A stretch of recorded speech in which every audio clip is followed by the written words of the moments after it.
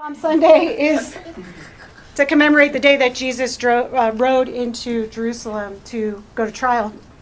And the palm part comes from when important people would come to town, they'd lay palm fronds on the path so their feet wouldn't have to touch the dirt. So if you're ever going into a town and people start doing this, you want to run the other way. Get out. Not good news. But more importantly and more fun, it's April Fool's Day. So I'd rather talk about that today. The fool has a pretty negative image in our culture. No one wants to feel like a fool. No one wants to be the fool. But many, many people enjoy seeing people make fools of themselves, right? Somehow, not in this room, I would imagine, but in a large portion of our population, there's this joy in seeing someone fall, especially someone who's been admired for whatever reason, whether it's an accomplishment or just being admired for having big boobs or whatever people get admired for right now. There's always this... Marta. Sorry. I love it because she gets my joke. Somehow there's always this rush when, see, they're coming down off that pedestal. Really, if you keep someone on a pedestal for too long, after a while, all you see is a big asshole. So they're going to come down eventually.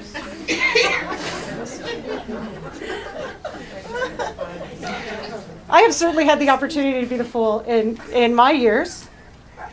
Years ago, some of you will remember, Pam will remember, we did community television. When Denver community television was truly free and it was really kind of casual and loose, we did TV shows there. And they were all right. There was no production team. It was just us, and they were pretty good. But not the first one. The first one was awful because I was terrified. And it really showed. And I really wonder where that tape is. You know, luckily it's VHS, so it's unlikely to be seen ever again. Back in the day, 10 years ago, it was VHS. But it was bad. I mean, it was bad. Luckily, I had a woman, Lynn Gunsberg, a good friend and psychic with me, who was much more familiar with what was happening, and she kind of saved the day, which was great. And afterwards, people were like, hey, that was pretty good for a first time. Da-da-da. Except this little girl. She was probably 5 or 6, and she came up and she goes, oh, you look so scared. And she kind of... And I said, I was so scared. I was so scared. I'm sure I looked like a complete idiot. And because I was willing to look like a complete idiot to go through it, we did 4 or 5 years of decent TV shows, one bad one. So what? One time I thought it would be a great idea to do air guitar in the sermon to Aerosmith, Love at First Bite, right? We had apples. It was not good. People were like... A couple of people were there for the first time. They never came back. But it was something to try, right? It seemed like a good idea at the time. Oops. I'm out of order. So sometimes we do stuff that doesn't look that great, and so what? And people see, and so what? Right? The humiliation or the desire to humiliate has everything to do with the humiliator and nothing to do with the humiliatee. Right? The humiliatee was on their path doing a process. The humiliator is often the one who's avoiding their path. One time I was doing a wedding at the Botanical Gardens. It was nice. At the rehearsal dinner, I'm standing there, the father of the groom, I'm talking to someone. He comes up right in front of me. He goes, they'll let anybody be a minister these days. And I thought, thank God, right? All you have to do is go through all the rigmarole with the government and file all the paperwork correctly. And yes, it's true, right? No one gets to decide who stands in spiritual truth in their own way. But I don't think that's what he meant. That's not what he meant. After the ceremony, he came up and apologized, which was wonderful of him.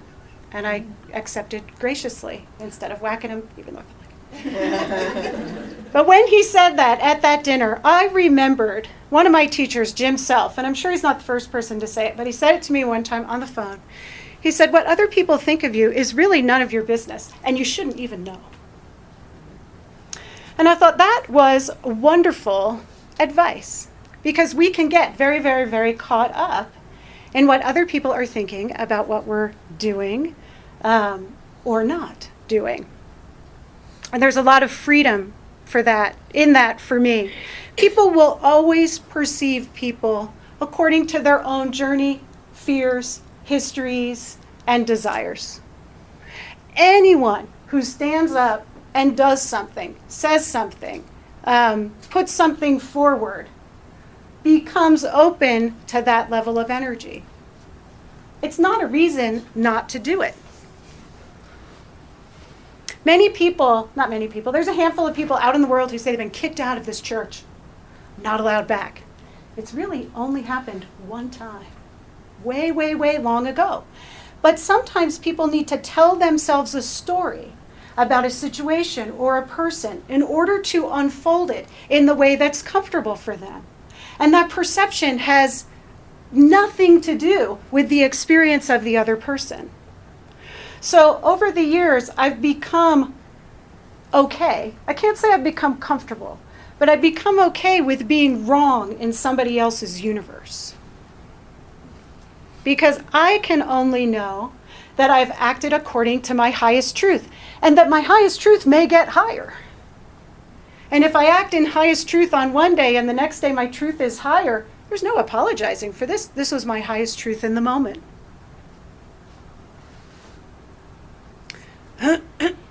Our computer guy, Jim Gutman, he used to say to me, I'm never getting Mac. It's wasteful. I'm never getting Mac. Don't go to Mac. Now he's like, I really wish you'd go to Mac because it's such a better platform. But he doesn't say, I was wrong about the PC, because he wasn't. That was his absolute truth in the moment. He was giving me his best advice as a professional computer guy, and now he's doing that now, right? He's awesome, by the way, if you ever need a computer guy. This idea of letting oneself be perceived however you're going to be perceived has made me be inspired to look at the Fool in the Tarot deck. And it's a wonderful card. Everybody got a copy, or most people got a copy when they came in. This is my kind of Fool. This Fool is one of my heroes. The Tarot is a divination tool. Am I saying that right? Divination tool. Or oracle. People use it to tap into their information as spirit. But it started out as a card game. The oldest deck so far uncovered from 1430. Thank you, Wikipedia. I didn't know it. I thought it wasn't quite that old. But how wonderful is that? I don't know a ton about it, so forgive me if I mispronounce. But I wanted to read the interpretation of the Fool card from the book. It's the 0 card, which is nice. With light step, as if earth and its trammels had little power to restrain him, a young man in gorgeous vestments pauses at the brink of a precipice among the great heights of the world. He surveys the blue distance before him, the expanse of sky, rather than the prospect below. His act of eager walking is still indicated, even though he's stationary at this given moment. The dog is still bounding. The edge which opens on the depths has no terror. It's as if the angels were waiting to uphold him, if it came to be that he leapt from the height. His countenance is full of intelligence and expectant dreams. He has a rose in one hand and a costly wand, from which depends over his right shoulder a wallet curiously embroidered. He is a prince of the other world on his travels through this one, all amidst the morning glory in the keen air. The sun, which shines behind him, knows from where he's come, where he's going, and how he will return by another path after many days. He is the spirit in search of experience. Many symbols of the mysteries are summarized in this card, which reverses all confusions that have preceded it. I really like that. I like that the fool is free, right? He expects that things will go well. He knows all he needs is to take his next step, which is into the void. The void is only a perception of the personality, right? In spirit, there's never a void. It's always a next step. It's just that the information from spirit hasn't come through to the personality yet. So to us, it feels like, I have no idea what I'm doing, right? Or when everything's falling apart, I have no idea why. That's okay. It's not without function. It's not without reason in spirit. Nothing ever is. The fool is free to not know what's going on. I really like that. We try to create an environment of fools when we teach people to read. We teach people how to read clairvoyantly. They sit in the chair and go, I don't know what to do. Well, of course, right? That's why you're in the class. But there's this pressure as if it should already be in the realm of consciousness. What if I get it wrong? All these fears and doubts, where if one will just sit and not know what to do, then all is well. All it takes is a little guidance, a little structure, and openness. And it's right there within every one of us. But if we can't be in that position of not knowing what's going to happen or not knowing what to do, we can't really learn anything new. Can't be on TV, play air guitar in church, change careers, right? Create relationships, or anything at all that might include a fall or might include an unexpected outcome. The fool is like one of the keys to the kingdom of heaven, coming as a little child. I see the keys to the kingdom of heaven as ways to become in a condition that is heaven. Heaven is a condition in the human body, in the incarnation. Not a place above the clouds. That's my truth.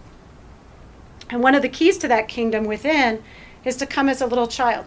Not meaning innocent, meaning open. I haven't defined my day by yesterday, right? I'm willing, curious, maybe a little enthused,